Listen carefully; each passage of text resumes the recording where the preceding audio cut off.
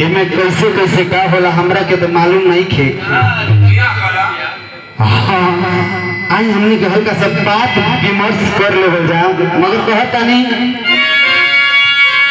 अरे आई सुहाग रात जहिया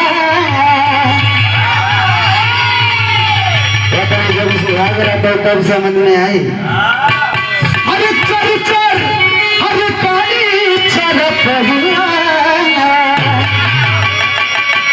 अरे बेबा मुझे कई करी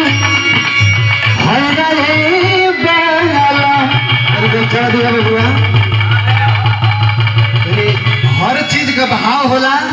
और जब वो भाव ना होखेला तो अच्छा नहीं खेला पता नहीं जी सुना तनी हमारा तो समझे बनावता कि हम का खुद बोलने समझ चचा मगर कहता नहीं अरे आई सुहाग रात चढ़िया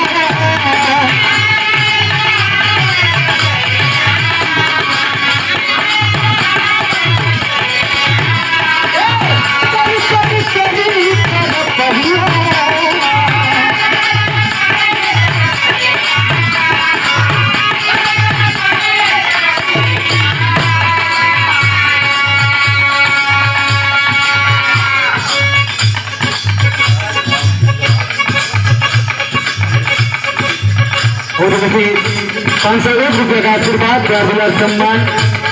सुशील लेखपाल जी के तरफ से जोर छुके गोल लगाता नहीं आशीर्वाद के कामना बा भगवान नहीं तरफ बनेले रखे मगर कहता अरे आई सुहाग रात जहिया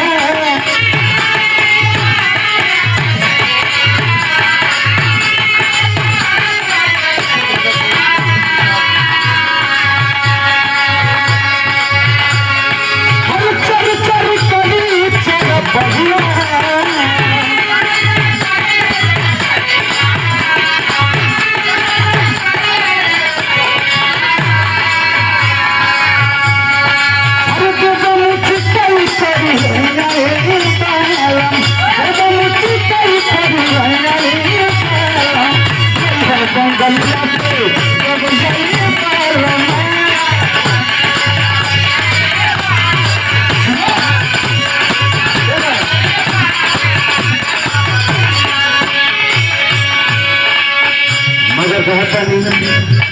हर किसमें हर बना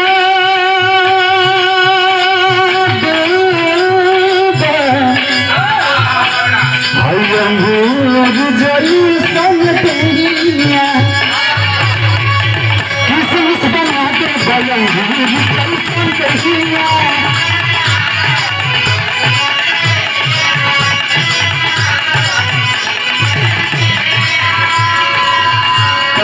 भैया से कहते का अरे हो बूटा ना